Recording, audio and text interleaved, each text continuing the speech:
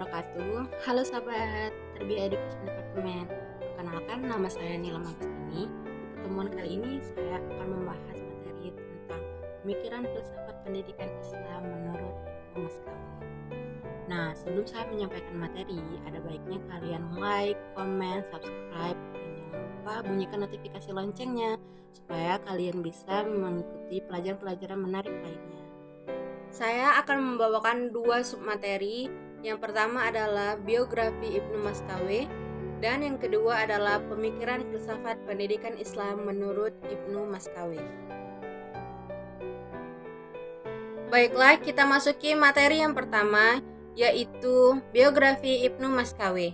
Ibnu Maskawi atau yang bernama lengkap Abu Ali Ahmad Ibnu Muhammad Ibnu Maskawi lahir di Iran, Persia atau yang kita kenal dengan negara Iran pada tahun 320 sampai 450 Hijriah atau 932 sampai 1062 Masehi.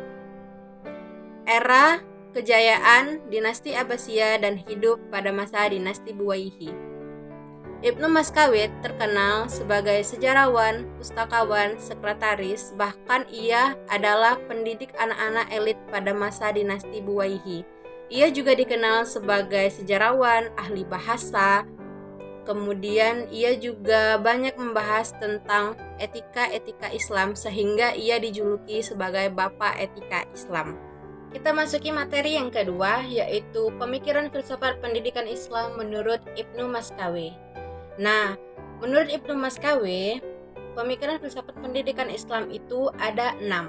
Yang pertama adalah tujuan pendidikan, yang kedua adalah konsep manusia, yang ketiga adalah konsep pendidikan akhlak, yang keempat adalah materi pendidikan akhlak, yang kelima konsep guru ideal, dan yang keenam adalah konsep ketuhanan dan kenabian. Yang pertama, tujuan pendidikan. Pendidikan menurut Ibnu Maskawi harus bisa mewujudkan pribadi susila dan budi pekerti mulia bagi peserta didik. Nah, keberhasilan ini ditunjang dari pendidik yang harus mengetahui terlebih dahulu watak dari masing-masing peserta didiknya, sehingga mereka bisa membuat strategi pembelajaran sesuai dengan watak dan kepribadian serta latar belakang dari siswanya yang berbeda-beda. Nah, yang kedua adalah tentang konsep manusia menurut Ibnu Maskawi. Dia membagi manusia menjadi 3 golongan. Yang pertama adalah golongan manusia baik menurut tabiatnya. Ini merupakan hal yang jarang terjadi, karena orang yang baik menurut tabiatnya, maka ia tidak bisa berubah menjadi orang yang jahat. Yang kedua adalah golongan manusia yang jahat menurut tabiatnya. Ini terjadi pada kebanyakan orang. Mereka akan sulit merubahnya karena merupakan bawaan. Yang ketiga, manusia yang tidak termasuk golongan pertama dan golongan kedua. Golongan ini dapat menjadi baik atau menjadi jahat, ini tergantung kepada situasi. Kemudian tergantung juga kepada lingkungan dan faktor pendidikan yang ia terima. Yang ketiga adalah konsep pendidikan akhlak menurut Ibnu Maskawi. Akhlak baik, lawannya adalah akhlak yang buruk. Menurut Ibnu Maskawi, keutamaan dan kebaikan manusia itu terbagi menjadi 4 bagian. Yang pertama adalah arif, yang kedua adalah sederhana, yang ketiga adalah berani, dan yang keempat adalah adil.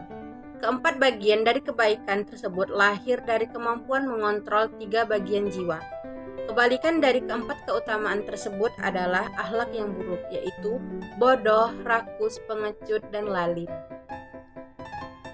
Yang keempat adalah materi pendidikan akhlak. Ibnu Maskawi membagi materi pendidikan akhlak menjadi 3. Yang pertama adalah hal-hal yang wajib bagi kebutuhan tubuh manusia seperti sholat dan puasa.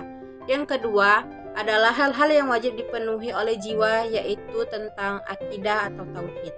Yang ketiga adalah hal-hal yang wajib dipenuhi oleh manusia terhadap sesama, seperti muamalah, pertanian, kemudian sosialisasi antar sesama, dan peperangan, nasihat, bahkan perkawinan.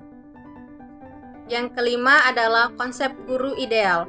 Menurut Ibnu Maskawi, guru yang ideal itu harus memenuhi 4 syarat.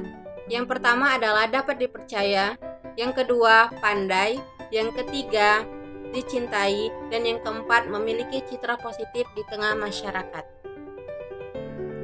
Yang keenam adalah ketuhanan dan kenabian. Allah Subhanahu wa Ta'ala menurut Ibnu Maskawi adalah esa dari segala segi. Ia menciptakan alam semesta ini dari tidak ada menjadi ada.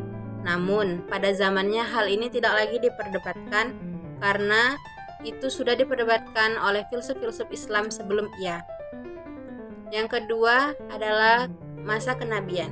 Kenabian menurut Ibnu Maskawi adalah pembawa ajaran Allah Subhanahu wa Ta'ala untuk disampaikan kepada umat manusia. Menurutnya, Nabi itu memiliki akal aktif dari segi indrawi dan daya khayal yang juga dimiliki oleh para filsuf. Bedanya adalah jika filsuf mendapatkannya dari penelitian, dari sumber-sumber yang ada, dan dari pengajaran-pengajaran sebelumnya. Sedangkan Nabi itu mendapatkannya langsung dari Allah Subhanahu wa Ta'ala. Baiklah, sekian materi dari saya. Semoga dapat bermanfaat bagi kita semua. Akhir kalam, wassalamualaikum warahmatullahi wabarakatuh.